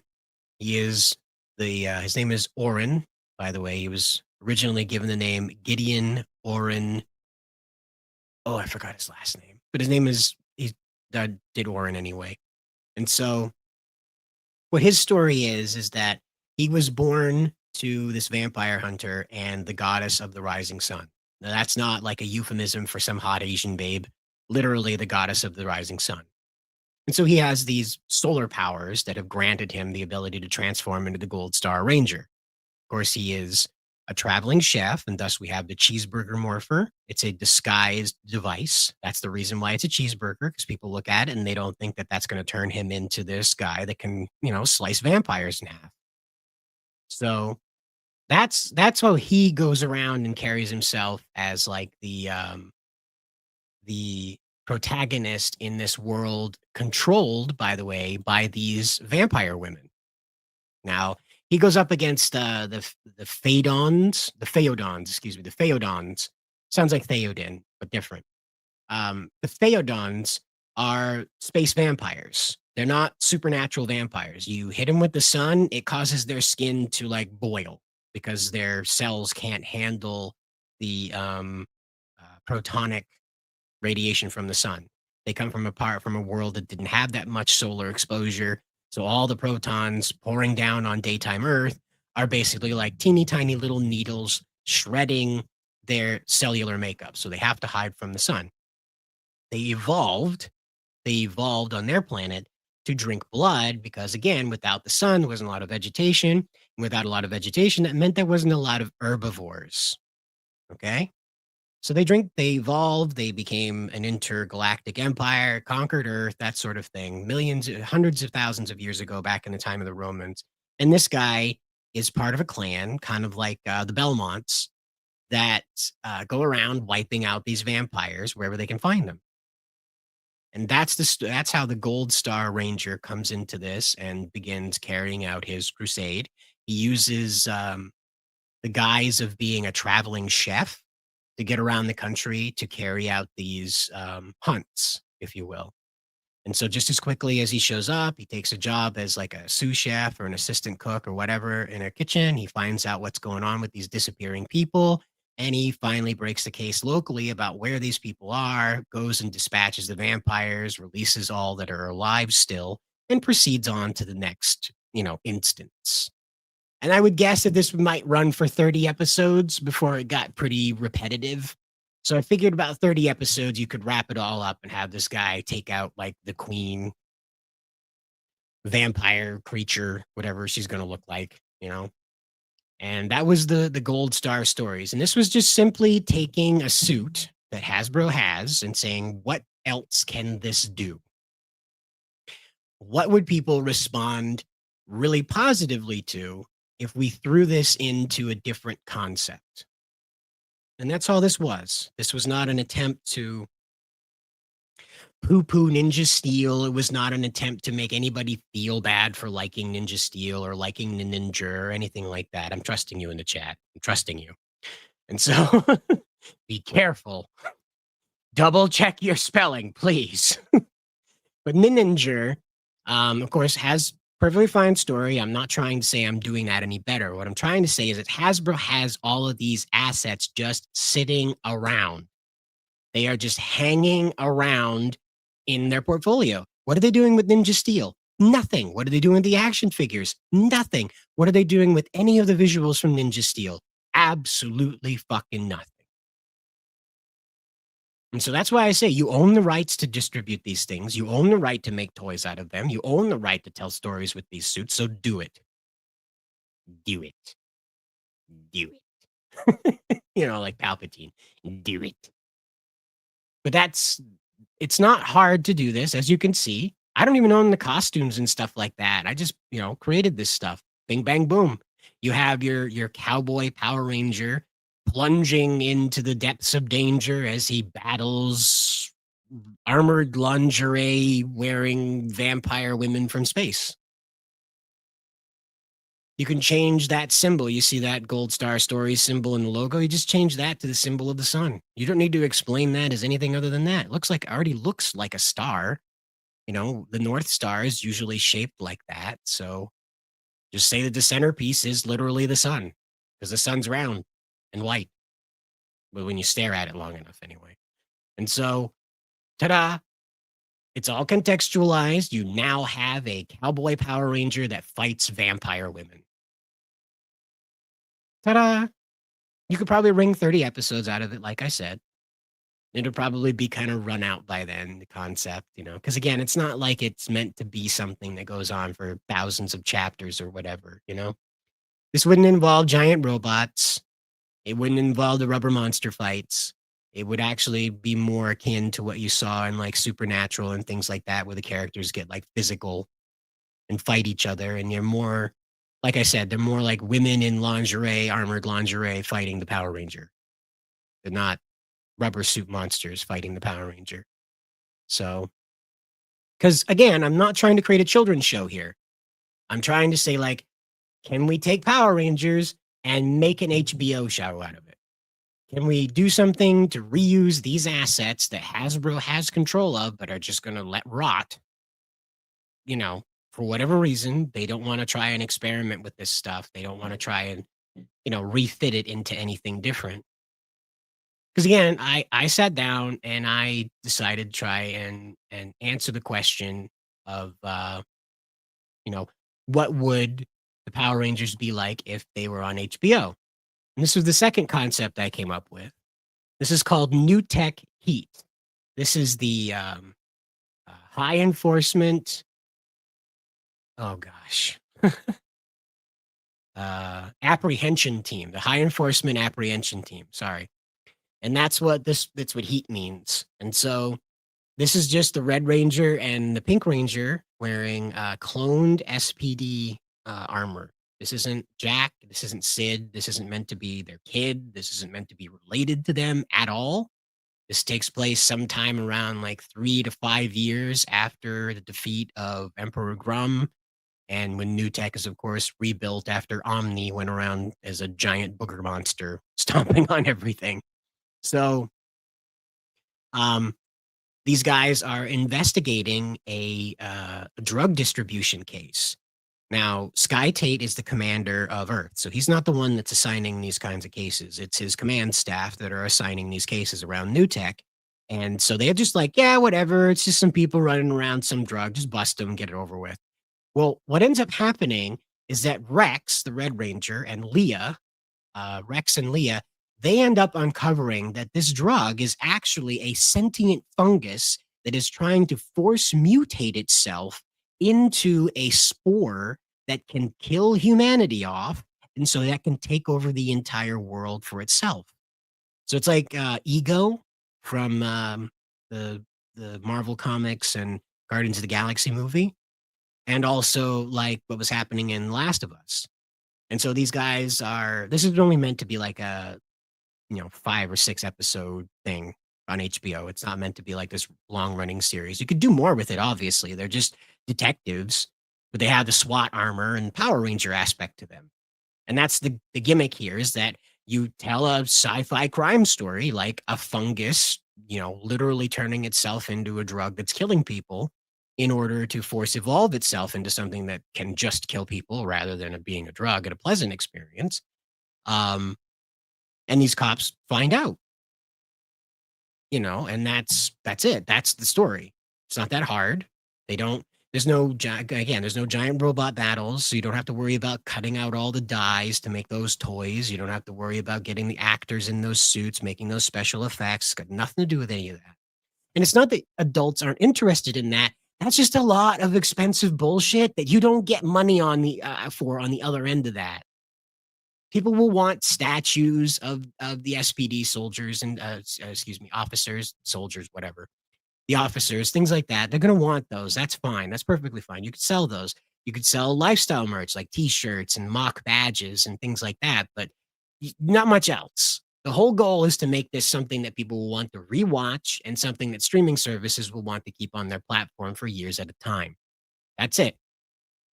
I'm not trying to sell toys with this. So when you hear these concepts and you're like, wow, that's really edgy for Power Rangers. That's the point. That's the point. We're not, like I said, there's not a lot of kids left in the world. It's not like there's a handful of them, but every country is reporting like, we don't got a lot of those things and we need more of those things. So please make them. China just calls up women and like, do you think you're going to get pregnant? Do you think you're going to get a cream pie this weekend? Do you think that's what you're going to do, hon? Do you think that you can do? Can you do that for China? Can you do that for Chairman Z? Can you do that for Chairman G, please? They literally call you up and ask you if you're going to get pregnant this weekend. They literally do that in China. So this is what we have to do. We have to evolve with those times. So if we have the use of all of these assets from all of these years, and these suits are able to be monetized by Hasbro, reuse them. I know they just sold them off in an auction, so it's kind of, dumb to rebuild the suits or beg Toei for them back or whatever. But again, like I said, they have an opportunity to monetize these old suits, these old stories, and tell some more interesting adult concepts with them that aren't hinging on whether or not there's 10 minutes of toy footage in them. They're more geared toward, hey, we got this Power Ranger power to finish off the bad guy because we were in a firefight. We might as well break out the heavy artillery, that kind of thing. Thus, it does start to act like riot armor, like SWAT armor, as it's, described to be in Deca Ranger and, Power Rangers SPD. And that was the concept behind New Tech Heat, is that they were just regular detectives tasked with solving a drug case, and it ends up turning into a world domination plot. So, I don't know. I just thought it would be fun. But, yeah, I didn't include. I hate how AI didn't include the mask and visor when you do a tokusatsu suit. Well, I think you just have to work on describing that to include that in the. You can't put an expression. Can't tell the AI to have the character expressing anything. You can tell it the body language is expressing, but you can't just leave the term expression because it'll show the face, because again, the face can express, the mask cannot. So that's the like, if you want to say it's an angry face mask in the case of like a Shogun design, for instance, that'll work. But if you're trying to say that like the helmet is expressing something, or it has like an intimidating factor to it, or the character's head is tilted glaring forward, that sort of thing, it's not going to put the helmet in place, and it's not going to put the eyes in there either. If you describe the hair or any like facial function, it'll obviously kick that out. So it's just one of those things that happens when you're developing these things, and it'll always default to the images that it has on file. So it's good to provide it references in order to combine shapes, rather than relying that it doesn't happen to just recolor the red Tyranno Ranger all the time, as that seems to be the going attitude with. Sorry, my cat's climbing on something she shouldn't, and I think I'm going to have to deal with that. So just a second.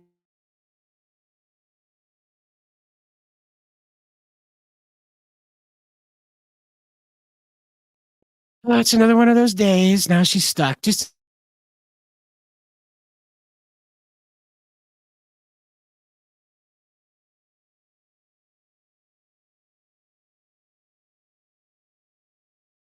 You gotta love live shows with a cat around that's just all too curious. Yes, I have a cat. She's not like Xeno. She's quiet but curious. So I catch her climbing on things that she has no business climbing on. So there we go. Thankfully, we avoided an accident, but it was that close. It was that close. Remember my tweet about Hollywood yesterday? No? No? Was I supposed to? Was there something about it? Hollywood tweet. Oh, that they ran out of ideas? Yeah, it's of course that's true. Like I was just telling you, they hire people that aren't part of their excuse me, they hire people that are not up on the lore. They don't care about the properties that they're hired onto. It's sort of like it's kind of like how they keep hiring all of these cute and sporty blonde ladies to commentate on sports, and the men don't really want to hear a woman commentate on sports. There might be a few guys out there that think it's cool to have like a lady just tell them how it all went, but they prefer them just doing the interviews on the field and then a court, whatever it is, as opposed to, hour-long programs of them doing the breakdowns like we get from the guys. And it's just, it's one of those spiritual things.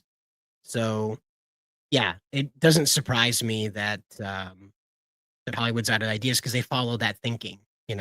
They hire in these people that have no interest in it because they fit what they want to express out of that. Because She-Hulk had nothing to do with She-Hulk, the character. It had everything to do with expressing the girl power element. It's kind of like how Power Rangers Cosmic Fury just got so wrapped around Izzy and Fern because they won a GLAAD award, and like Simon and the gang just could not get over like how proud of that they were. So it just became the Izzy and Fern show with occasional Power Rangers stuff happening, and then Space Jesus Zato shows up. So it's just, it is what it is. And I personally, I don't think it's a bad thing because that opens up for Zets to come through and steal the market. And like I said at the top of this, they have a good chance of doing that. They have a really good chance of doing that. But I usually only run these things for about 2 hours because I run out of energy around this time, and I'd rather not get all foggy like I kind of already am. So this has been Power Rangers and Chill. Like I said right here, I'm working on these adaptations of the old media. So you got the, New Tech City SPD setting. You've got the Gold Ranger fighting vampire women. Why not? You might as well take these visuals and do something with them. If you're wrong, you're wrong. But it sure as hell beats just letting money sit on the table and just evaporate over the years as people grow ever less interested in this franchise because it's trapped itself to one identity. Either way, I hope you have a good day today. I hope you keep a cool head. There's a lot of things out there to get people excited. So I hope you keep a cool head out there. And as always, good luck.